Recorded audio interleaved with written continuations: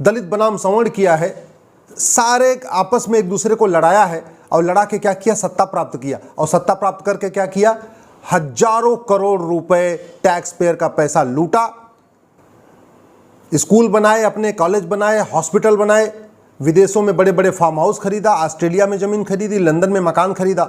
इसलिए इन पॉलिटिकल पार्टियों को खत्म करना ये सरकार की भी ड्यूटी है, समाज की भी ड्यूटी है।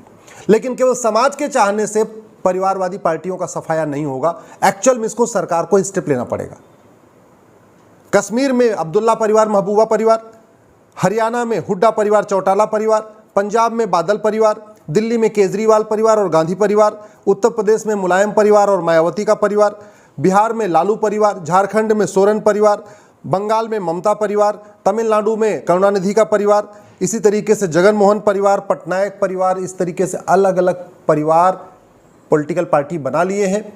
कोई समाजवाद का ढिढोरा पीटता है, कोई अपने आप को कहता है मैं तो जो है अंबेडकरवादी हूँ, कोई कहता मैं समाजवादी हूँ, कोई कहता मैं गांधीवादी हूँ। एक्चुअल में ये सारे के सारे, इनके भाषण अलग हैं, इनकी बातें अलग हैं, इनके नारे अलग हैं, लेकिन अंतिम उद्देश्य है सत्ता प्राप्त करके खजाने को लूटना। तो इसलिए इन अगर पॉलिटिकल पार्टियों को खत्म करना है तो सरकार को कुछ काम करना पड़ेगा। सबसे पहले तो एक व्यक्ति एक बैंक खाता सिस्टम लागू करना पड़ेगा। ये जितने पॉलिटिकल परिवार हैं, इनके सभी सदस्यों के नाम 50-50, 100-100 बैंक अकाउंट हैं और हर खाते में 50 करोड़, 100 करोड़, 500 करोड़, 1000 करोड़ पड़ा हुआ है। सरकार 1 पर्सन 1 बैंक अकाउंट सिस्टम लागू कर दे, एक व्यक्ति एक बैंक खाता। तुरंत सरकार को पता चल जाएगा कि ये जो पॉलिटिकल पार्टियां हैं, इनमें एक एक परिवार के नाम पे कितने खाते हैं और उन खातों में कितना पैसा पड़ा हुआ है। ये जितनी पॉलिटिकल पार्टियां, इन्होंने हजारों करोड़ की संपत्ति भारत में इकट्ठा कर रखा है, लेकिन वो बेनामी नाम से इकट्ठा किया हुआ है। नौकर के नाम पे, ड्राइवर के नाम पे, खाना बनाने वाले के नाम पे, अलग अलग नाम पे इकट्ठा किया हुआ है। संपत्ति, सरकार संपत्ति को आधार से लिंक करने के लिए कानून बना दे, तुरंत पता चल जाएगा कि लालू परिवार के पास कितनी बेनामी संपत्ति है, सोरेन परिवार के पास कितनी बेनामी संपत्ति है, महबूबा परिवार के पास कितनी बेनामी संपत्ति है और बादल परिवार के पास कितनी बेनामी संपत्ति है। इसी तरीके से भारत में झूठ बोलने के लिए कोई कानून नहीं है और झूठ बोलना कोई अपराध नहीं है। तो सबसे पहले झूठ पकड़ने के लिए नार्को पॉलीग्राफ ब्रेन मैपिंग कानून बनाना पड़ेगा और झूठ को गंभीर अपराध घोषित करना पड़ेगा। दुनिया के कई देशों में झूठ बोलने पे 10 से 20 साल की सजा होती है। दुर्भाग्यवश भारत में झूठ बोलना पाप तो है, लेकिन झूठ बोलना अपराध नहीं है। इसलिए ये पॉलिटिकल पार्टियों के नेता पकड़ में नहीं आते हैं, झूठ बोलते रहते हैं, फिर भी इनके ऊपर कोई कार्रवाई नहीं होती है। झूठे नारे गढ़ते हैं, झूठे वादे करते हैं, झूठी बातें करते हैं, सब कुछ झूठ फैलाते हैं, लेकिन इसके बावजूद इनके खिलाफ कोई कार्रवाई नहीं होती। क्यों? क्योंकि नार्को पॉलीग्राफ ब्रेन मैपिंग कानून नहीं है और दूसरा, झूठ बोलना अपराध नहीं है। इसी तरीके से चुनाव लड़ने के लिए minimum qualification, maximum age limit set करना पड़ेगा और चुनाव लड़ने के लिए एक ऑल इंडिया लेवल पे एग्जाम करना पड़ेगा। आप ऑल इंडिया लेवल के एग्जाम कर दीजिए। मैं गारंटी के साथ कहता हूं, अब्दुल्ला परिवार, महबूबा परिवार, हुड्डा परिवार, चौटाला परिवार, बादल परिवार, केजरीवाल परिवार, गांधी परिवार, मुलायम परिवार, मायावती परिवार, लालू परिवार, सोरेन परिवार, ममता परिवार, करुणानिधि परिवार, जगन मोहन परिवार, पटनायक परिवार का कोई भी व्यक्ति क्वालिफाई नहीं कर पाएगा। ऑल इंडिया लेवल पे एक लेजिस्लेटर टेस्ट करिए। जैसे टीचर के लिए टीईटी होता है, टीचर्स एलिजिबिलिटी टेस्ट, इंजीनियरिंग में जाने के लिए आपका जेईई होता है, मेडिकल में जाने के लिए नीट होता है, वैसे ही पार्षद, प्रधान, सांसद और विधायक का चुनाव लड़ने के लिए एक ऑल इंडिया लेवल पे एग्जाम करिए। ये आधी पॉलिटिकल पार्टियां ऐसे ही खत्म हो जाएंगी। इसके अलावा जो भी सांसद विधायक हो, उसके लिए हर सत्र में एक सुझाव देना और हर सत्र में एक प्राइवेट मेंबर बिल पेश करना अनिवार्य कर दीजिए। सांसदों और विधायकों के लिए 80% अटेंडेंस मैंडेटरी कर दीजिए कि भाई विधानसभा का सत्र चलेगा, लोकसभा का सत्र चलेगा, राज्यसभा चलेगा, 80% अटेंडेंस जरूरी है। जिसका 80% से कम अटेंडेंस होगी उसकी सदस्यता खत्म हो जाएगी। तब इनके ऊपर खौफ पड़ेगा, तब ये पॉलिटिकल पार्टी, जो ये परिवारवादी पार्टियां, ये कंट्रोल में आएंगी। और सबसे इंपॉर्टेंट ये है कि एक देश एक चुनाव लागू करिए, वोटिंग कंपलसरी करिए। वोटिंग कंपलसरी नहीं है, इसलिए उसका फ़ायदा उठा के ये अपने शराब बांट के, पैसा बांट के बाकी लोगों को, अपने समर्थकों से वोट दिलवा लेती हैं और बाकी लोग निष्क्रिय होकर पड़े रहते हैं। 100% अगर वोटिंग शुरू हो जाए या 90% भी वोटिंग शुरू हो जाए, ये पॉलिटिकल पार्टियां अपने आप चुनाव के हार जाएंगी और भाग जाएंगी। इसके अलावा 100 रुपए से बड़ी नोट बंद करना पड़ेगा, क्योंकि जितनी बड़ी नोट होती है उतना ज़्यादा हवाला होता है, उतना ज़्यादा काला धन होता है, उतना ज़्यादा भ्रष्टाचार है, और ये भ्रष्टाचार पे ही टिकी हुई हैं। तो 100 रुपए से बड़ी नोट बंद करते ही इन पॉलिटिकल पार्टियों की कमर टूट जाएगी।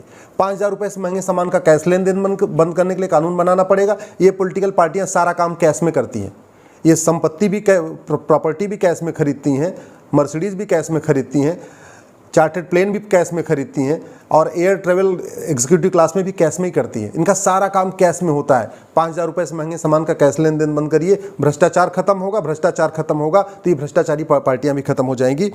और 1 घंटे में FIR और 1 महीने में जांच पूरी करने के लिए पुलिस चार्टर लागू करिए। अभी पुलिस के लिए कोई नियम नहीं है कि जांच कितने दिन में पूरा करना है। मैं गारंटी के साथ कहता हूं, नार्को पॉलीग्राफ ब्रेन मैपिंग कानून बना दिया जाए, 1 घंटे में FIR और 1 महीने में जांच पूरी करने के लिए पुलिस चार्टर लागू कर दिया जाए। ये पॉलिटिकल पार्टियों की कमर टूट जाएगी, भ्रष्टाचार खत्म होगा, पॉलिटिकल पार्टियों की कमर अपने आप टूटेगी। जुडिशरी के लिए कोई कानून ही नहीं है कि कितने दिन में लंबी सुनवाई करेंगे। 1 साल के अंदर उनके लिए सुनवाई करना और फैसला देना अनिवार्य कर दिया जाए, यानी जुडिशियल चार्टर लागू कर दिया जाए। ये पॉलिटिकल पार्टियां बहुत हद तक कंट्रोल में आ जाएंगी। उसका मैंने आपको एग्जांपल दिया है। मेरी PIL पे सुप्रीम कोर्ट ने MLA MP कोर्ट बनाया था। अब तक 225 से ज़्यादा सांसदों विधायकों से रास्ता जा चुकी है। 225। आजम खां की गई, अतीक अहमद की गई, मुख्तार अंसारी की गई, अफजाल अंसारी की गई, राहुल गांधी की गई थी, वो तो सुप्रीम कोर्ट से बच गई है। ऐसे 225 लोगों की गई है। अगर पूरे देश में जुडिशियल चार्टर लागू हो जाए, हर मुकदमे का हल 1 साल में करना होगा। देखिए फटाफट ये पॉलिटिकल पार्टियां खत्म हो जाएंगी। इसी तरीके से जिसके पास काला धन मिले, बेनामी संपत्ति मिले, आय से अधिक संपत्ति मिले, उसको 100% जब्त किया जाए, और काला धन, बेनामी संपत्ति, आय से अधिक संपत्ति वालों को आजीवन कारावास और फांसी दिया जाए। चीन में भी भ्रष्टाचारियों को फांसी दिया जाता है, सिंगापुर में भ्रष्टाचारियों को फांसी दिया जाता है, दुनिया के कई देशों में भ्रष्टाचारियों को आजीवन कारावास फांसी दिया जाता है। हमारा कानून घटिया है, हमारी न्यायिक व्यवस्था सड़ी हुई है, इसलिए पहले तो मुकदमों का फैसला नहीं होता, और फैसला भी होता है तो 3 साल, 5 साल, 6 साल की सजा होती है, इससे ज़्यादा कुछ होती नहीं है। 70,000 करोड़ के कॉमनवेल्थ घोटाले में किसी को आजीवन कारावास फांसी नहीं हुआ। 1,76,000 करोड़ के 2G घोटाले में किसी को आजीवन कारावास फांसी नहीं हुआ। 1,86,000 करोड़ के कोयले घोटाले में किसी को आजीवन कारावास फांसी नहीं हुआ। क्यों? क्योंकि कानून ही नहीं है हमारे पास। तो हमें कानून बनाना पड़ेगा। और सबसे इंपॉर्टेंट, 1 नेशन 1 सिटीजनशिप कोड बनाना पड़ेगा। सिटीजनशिप कोड का मतलब नागरिकता संहिता, और उसमें डिफाइन करना पड़ेगा कि भाई जो आदमी काला धन रखेगा उसकी नागरिकता खत्म, जो जिसके पास बेनामी संपत्ति मिली उसकी नागरिकता खत्म, जिसके पास आय से अधिक संपत्ति मिली नागरिकता खत्म, जिसने घूस लिया उसकी नागरिकता खत्म, जिसने कमीशन लिया नागरिकता खत्म। भ्रष्टाचार को देशद्रोह घोषित कर दिया जाए, भ्रष्टाचारियों की 100% प्रॉपर्टी जब्त करने के लिए कानून बना दिया जाए, और भ्रष्टाचारियों की सिटीजनशिप खत्म करने के लिए एक सिटीजनशिप कोड बना दिया जाए। मैं गारंटी के साथ कहता हूं भ्रष्टाचार खत्म हो जाएगा, और भ्रष्टाचार खत्म हो जाएगा तो ये भ्रष्टाचारी पॉलिटिकल पार्टियां खत्म हो जाएंगी।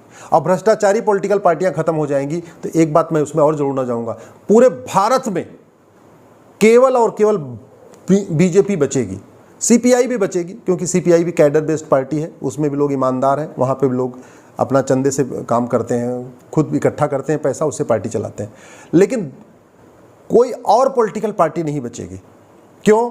क्योंकि भ्रष्टाचार खत्म तो अब्दुल्ला परिवार खत्म, अब्दुल्ला परिवार खत्म तो नेशनल कॉन्फ्रेंस खत्म, भ्रष्टाचार खत्म तो महबूबा परिवार खत्म, महबूबा परिवार खत्म तो PDP खत्म, भ्रष्टाचार खत्म तो हुड्डा परिवार खत्म, हुड्डा परिवार खत्म तो हरियाणा में कांग्रेस खत्म, भ्रष्टाचार खत्म तो चौटाला परिवार खत्म, चौटाला परिवार खत्म तो हरियाणा में चौटाला की पार्टी खत्म, भ्रष्टाचार खत्म तो बादल परिवार खत्म, बादल परिवार खत्म तो पंजाब में जो अकाली दल है खत्म हो जाएगा, भ्रष्टाचार खत्म तो केजरीवाल परिवार खत्म, केजरीवाल परिवार खत्म तो आम आदमी पार्टी खत्म हो जाएगी, भ्रष्टाचार खत्म तो गांधी परिवार खत्म, गांधी परिवार खत्म तो कांग्रेस खत्म हो जाएगी, भ्रष्टाचार खत्म तो मुलायम परिवार खत्म, मुलायम परिवार खत्म तो सपा खत्म, भ्रष्टाचार खत्म तो मायावती खत्म, मायावती परिवार खत्म तो बसपा खत्म, भ्रष्टाचार खत्म तो लालू परिवार खत्म, लालू परिवार खत्म तो RJD खत्म, भ्रष्टाचार खत्म तो सोरेन परिवार खत्म, सोरेन परिवार खत्म तो झारखंड मुक्ति मोर्चा खत्म, भ्रष्टाचार खत्म तो ममता परिवार खत्म, ममता परिवार खत्म तो TMC खत्म, भ्रष्टाचार खत्म तो करुणानिधि का परिवार खत्म, और करुणानिधि परिवार का जेल में गया तो आपकी DMK खत्म, भ्रष्टाचार खत्म तो जगन मोहन खत्म, और जगन मोहन खत्म तो उनकी TRS खत्म, भ्रष्टाचार खत्म तो पटनायक परिवार खत्म, और पटनायक खत्म तो आपकी जो BJD वो भी खत्म। तो फिर आप ये देखिए भारत में जहाँ जहाँ आज BJP नहीं है, वहाँ जो लोग सत्ता में हैं, जो मुख्य पॉलिटिकल पार्टियां हैं, जब वो खत्म हो जाएंगी तो स्वाभाविक सी बात वहाँ BJP का राज आएगा। कश्मीर से कन्याकुमारी तक, कच्छ से कामरूप तक भारत में केवल बीजेपी होगी, केवल भ्रष्टाचार को खत्म किया जाए।